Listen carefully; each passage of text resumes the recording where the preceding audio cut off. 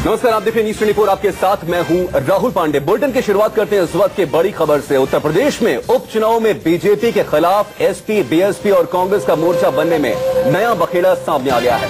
Samajwadi party के प्रस्ताव को कांग्रेस ने ठुकरा दिया है। एसपी ने प्रस्ताव दिया था कि मायावती के बाद कांग्रेस भी गोरखपुर और फूलपुर में बीजेपी को हराने के लिए समाजवादी पार्टी के उम्मीदवार को समर्थन दे, लेकिन कांग्रेस ने साफ किया है कि समाजवादी पार्टी अगर कांग्रेस उम्मीदवार के समर्थन में अपने उम्मीदवार को हटाकर बीजेपी के खिलाफ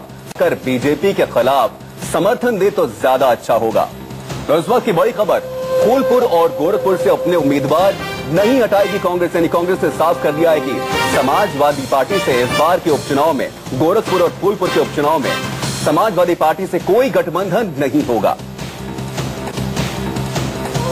इससे पहले मायावती ने साफ किया था कि गोरखपुर और फूलपुर में वो समाजवादी पार्टी के साथ ही चुनाव लड़ेगी, लेकिन कांग्रेस ने साफ इंकार कर दिया। ज्यादा बातचीत के लिए हमारे साथ जुड़ चुके हमारे पॉलिटिकल एडिटर रमन कुमार। रमन, माना जाए कि 2017 विधानसभा चुनाव के बाद इस बार उपचुनाव में कांग्रेस को ये साथ पसंद नहीं है।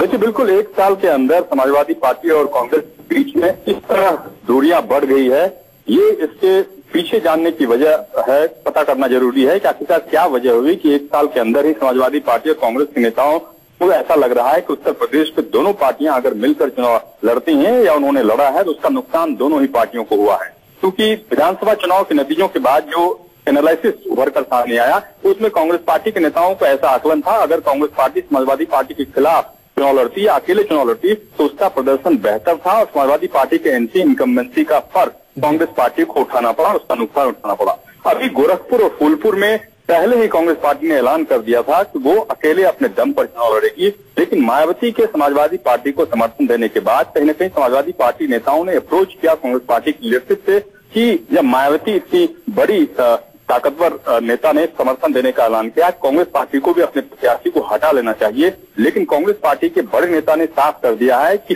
फूलपुर और गोरखपुर में कांग्रेस पार्टी का दमदार कैंडिडेट है, इसीलिए समाजवादी पार्टी अपने कैंडिडेट को अगर हटाए तो बीजेपी को वहां पे कड़ी टक्कर दे दिया सकता है। और फूलपुर के उपचुनाव को 2019 के ट्रेलर के तौर पर भी देखा जा रहा है, तो क्या लगता है आपको, क्या किस बात की संभावना है, क्या 2019 में कांग्रेस और एसपी का कोई गठबंधन होगा?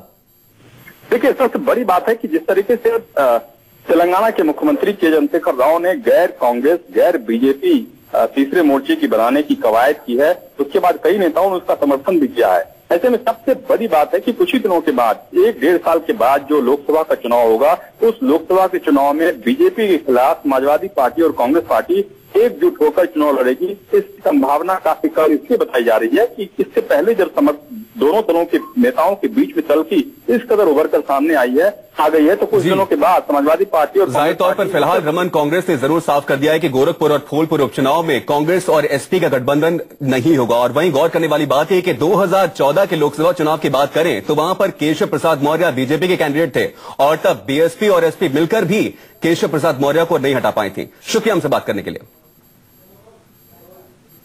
मायावती और अखिलेश यादव साथ आ रहे हैं, इन सब के बीच कांग्रेस कहां पर है? आप तो कह रहे थे कि राहुल गांधी के नेतृत्व में एक बड़ा गठबंधन बनाने की तैयारी थी 2019 के पहले, लेकिन ये लोग आपस में गठबंधन बना रहे हैं। चंद्रशेखर राव कह रहे हैं कि तीसरा जो है गठबंधन हम बनाएंगे, तीसरा मोर्चा का उस नेतृत्व करने के लिए तैयार नजर आ रहे हैं। देखिए, मायावती जी ने ये स्पष्ट रूप से नहीं कहा है कि वो समाजवादी पार्टी से समझौता करने जा रहे हैं। उन्होंने केवल ये कहा है कि मैं अपने लोगों से वोट देने तो जाएंगे, मैं अपने लोगों से ये कह रही हूँ कि जो भारतीय जनता पार्टी को हराने वाला जो कैंडिडेट हो उसको समर्थन करिए, ये उन्होंने कहा है। और समाजवादी पार्टी की विचारधारा पूरी तरह से अलग है। वो कहते हैं कि हमको दलितों का वोट नहीं चाहिए और इसीलिए उन्होंने अपने घोषणा पत्र में रखा था कि अगर हम सरकार में आएंगे तो दलितों का पदोन्नति में आरक्षण खत्म करेंगे। वो सरकार में आए और सरकार में आने के बाद उन्होंने पदोन्नति में आरक्षण को खत्म कर दिया, जिसकी वजह से कई लाख लोग उससे प्रभावित हुए, उनको डिमोशन हुआ